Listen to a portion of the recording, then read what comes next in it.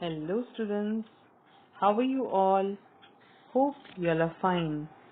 So, our today's topic is from a railway carriage. Kindly remove your textbook, page number 22. Now the poem from a railway carriage is written by Robert Louis Stevenson. Now Robert Louis Stevenson was a Scottish writer. He was born in Edinburgh as a son to Thomas Stevenson and Margaret Isabella. He had literary interest even in the childhood, so that he used to write stories in spite of his several diseases. In 1880, he married Fanny Ussenman. He died on December 3rd, 1894, when he was just 40 years old. He is well known for his evergreen works like Treasure Island, Kidnapped, and Strange Case of Dr. Jekyll and Hyde. So let us move ahead with his poem From a Railway Carriage. From a railway carriage. As you all can see that when the railway carriage is moving ahead, various scenario you can see. So the poet Robert Louis Stevenson in the poem, he is sharing his experience of the railway journey with us. He sees through the window of a fast moving train.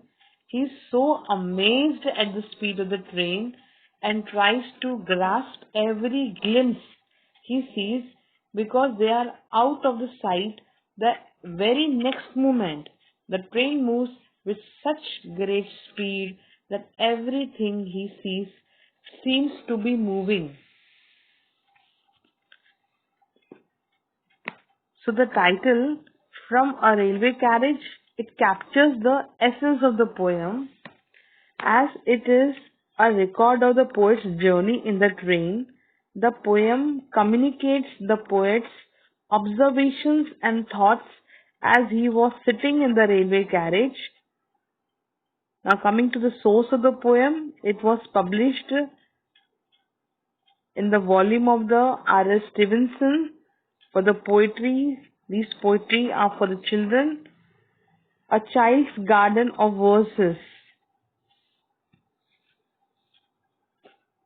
So let's see what message he is giving us, or what experience he is sharing with us by his poem From a Railway Carriage.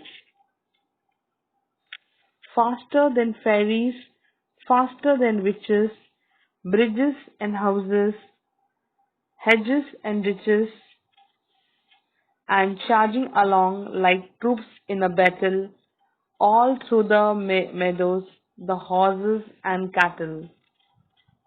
The poet is describing many scenes from the window of a railway carriage. He says that the train runs faster than magical creatures such as fairies or witches. He sees bridges and houses, hedges and ditches, the horses and the cattle in the meadows seems to rush away as if they were soldiers on the battlefield.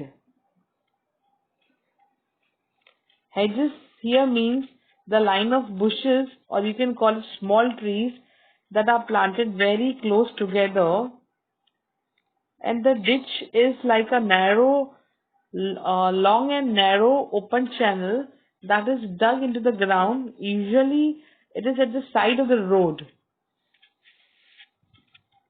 And here the poet is comparing that the speed is like a fairies or witches.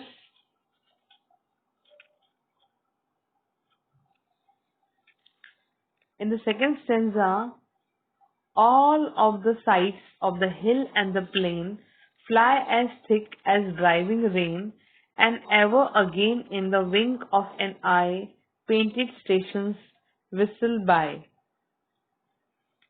So the poet is telling us in the second stanza, the train passes hills and plains. The sights there fly away as thick as heavy rains. Now and again, the painted stations pass by even before one can wink his eye. As the train passes these stations, the whistle of the engine is heard. As the trains are passing, so what is being heard? The whistles are being heard.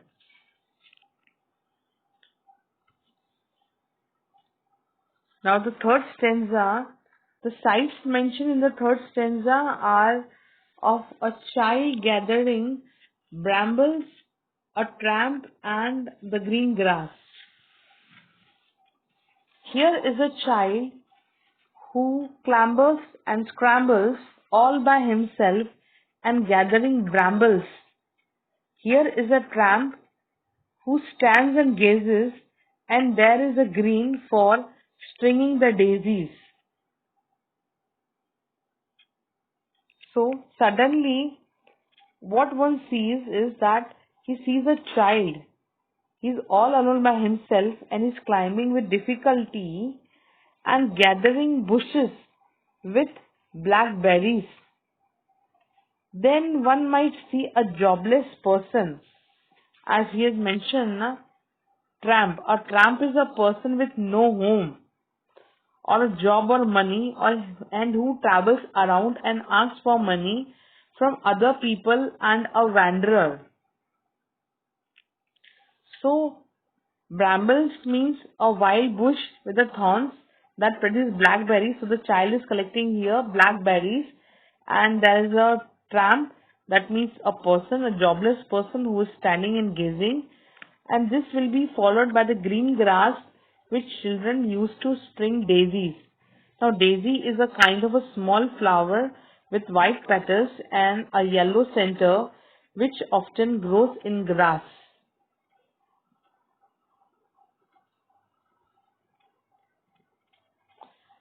In the fourth stanza, as you all can see the picture, here is a cart run away in the road, lumping along with the man and load, and here is a mill, and there is a river, each a glimpse, and gone forever.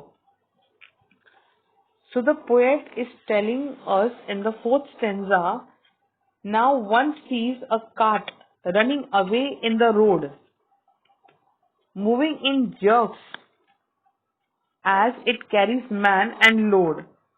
Now here lumping, it is means what? Moving with jerks.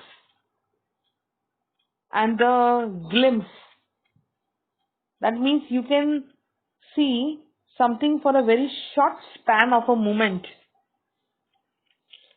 Now one sees a cart running away in the road, moving in jerks as it carries man and load. Then one spots a mill followed by a river. Each sight is seen for a very short span of time, and then it is gone forever. So the sights mentioned in the first stanza is about bridges, houses, hedges, ditches, meadows, horses, cattle. In the second stanza, hills, plains, painted stations. In the third stanza, we find the child gathering brambles, a tramp, and a green grass. And the fourth stanza, as mentioned here, we can see that as the road is limping, a cart is limping on the road. So in this poem, what we find is that the sights mentioned or the scenes describes, he sees through the window of a fast moving train. He was so amazed at the speed of the train, and he tries to grasp even the every glimpse he sees, because they are out of sight the very next moment, and the train moves with such a great speed that everything he seems to be moving ahead of him.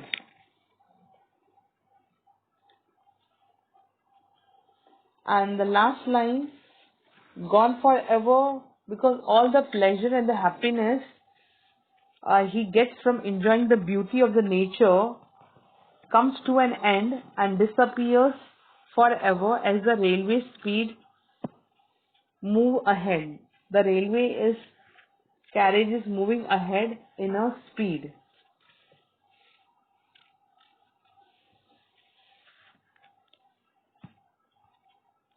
Hope you all have understood the poem very well.